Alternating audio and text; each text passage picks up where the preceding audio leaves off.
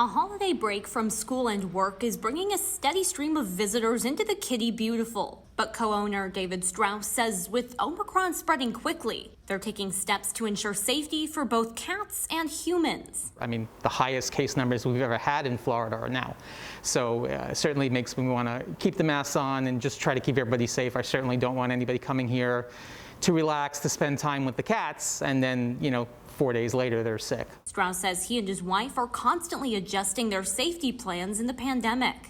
Masks, he says, are always a requirement, and customers nearly all happy to comply, except for small children who sometimes forget. And so for them, sometimes it's kind of a little bit of a fight to, hey, can you please keep your mask up and please cover your nose? But it hasn't really been a problem, and a lot of our customers have actually told us that they appreciate the fact that we're still trying to keep everybody safe back there.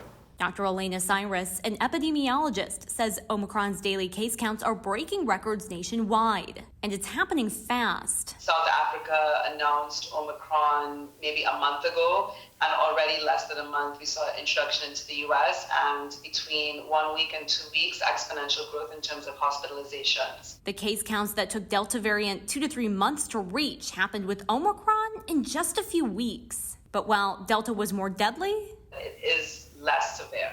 So the real issue is the rate of transmission, and we didn't anticipate the scale of the transmission. Cyrus says when Omicron will peak is hard to predict, depending on factors like population control and public health measures. And it could be hard to control in a state like Florida, with so many tourists flying in regularly. She says it's likely that Omicron cases will plateau in February or March, but case numbers will rise higher first. We're really going to see the outcome of Christmas and Hanukkah and some of these other holidays now later on in the next week or two.